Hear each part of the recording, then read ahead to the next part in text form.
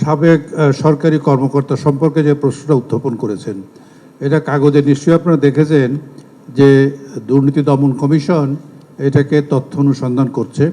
তথ্য অনুসন্ধান করার পরে তার বিরুদ্ধে নিশ্চয়ই কোনো আইনগত ব্যবস্থা নেওয়া হবে। তাকে দুদক সমন দিয়েছিল, কাগজের খবর অনুসারে বাইরে উনি আছেন এবং উনি সময় চেয়েছেন, দুদক তাকে সময় দিয়েছে। এই তথ্য অনুসন্ধান প্রক্রিয়াটা তো শেষ করতে দিতে হবে এবং তারপরে তার বিরুদ্ধে ব্যবস্থা নেওয়া হবে। এ পর্যন্ত কেউ ঘোষণা করে নাই যে তার বিরুদ্ধে ব্যবস্থা নেওয়া হবে, এবং আগাম করে বলা যে না তাকে আমরা জেলে দিব, ফাঁসি দিব, সেটাও সঠিক নয়। সে যতই অপরাধ করুক, বাংলাদেশের এক নাগরিক, তো নাগরিক হিসাবে তার যে অধিকার আছে সেটা থাকবে এবং বিচার ব্যবস্থাই এর সম্পন্ন করবে।